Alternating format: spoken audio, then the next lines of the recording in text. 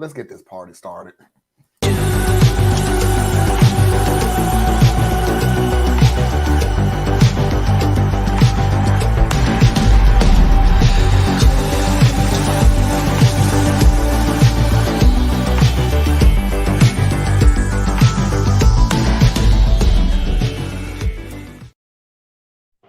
So let's just go ahead and just dive right into it and waste no more time. Here's the Georgia DA discussing the indictment in Georgia.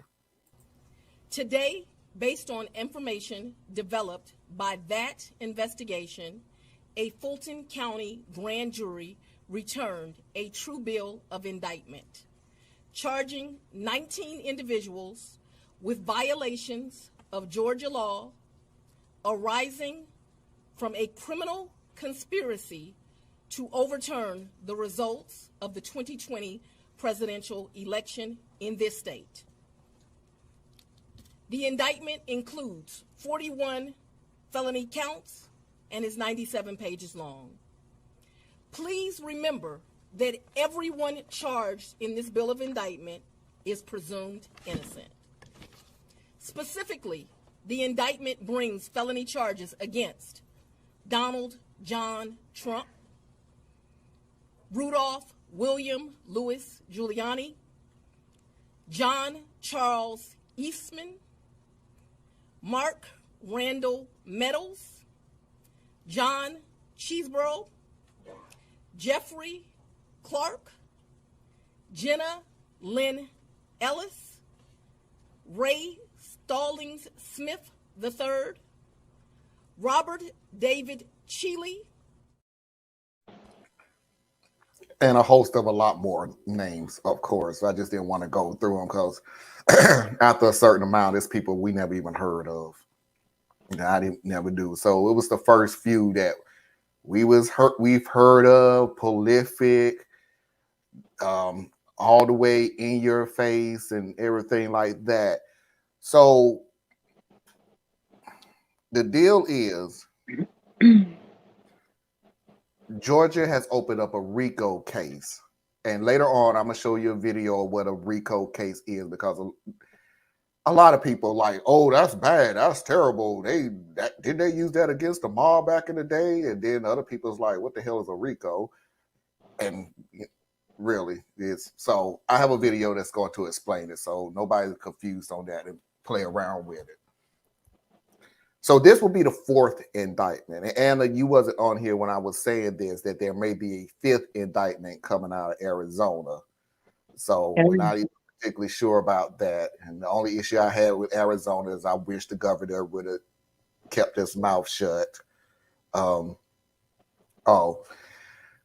reporter asked the governor of Arizona, do you think that Arizona should indict Trump the way Georgia is? And he was, yeah, absolutely, positive. And I don't like that. Don't do that.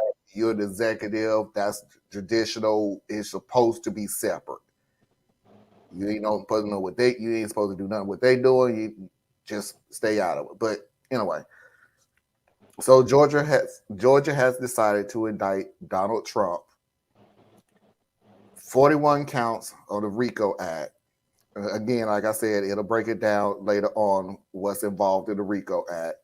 All the names that's involved in it. They have until next Friday, whenever you see this. So in case you see it later, they have until the 25th, noon of the 25th, to turn themselves in. There was a former Department of Justice DA who said, well, what if they don't turn themselves in? And the guy flat out said that they have every right to send a warrant out and arrest them whenever they find them. Mm-hmm. So either you could turn yourself in or you can leave in handcuffs. This, for you, that statement came up again about, yes, they are going to take mud shots of everybody that's arrested. And they're sticking to that. That's cool. I mean, if I could be wrong, I'll be, yeah, but I'm not wrong until they do it. But I mean, I could be wrong. No sweat off my back. Personally, I think that the infatuation with the mugshot and all of that is just about self-aggrandizement. It's just people wanting their little bloodlust satisfied. So we like to be entertained, and that would be part of our entertainment. And we feel like we have been denied that portion of entertainment. Because what do we really get out of seeing a mugshot of Trump? We've seen pictures of Trump happy, sad, and in between Mhm. 30 years. You know, so if he gets a mugshot, cool. If he doesn't, cool.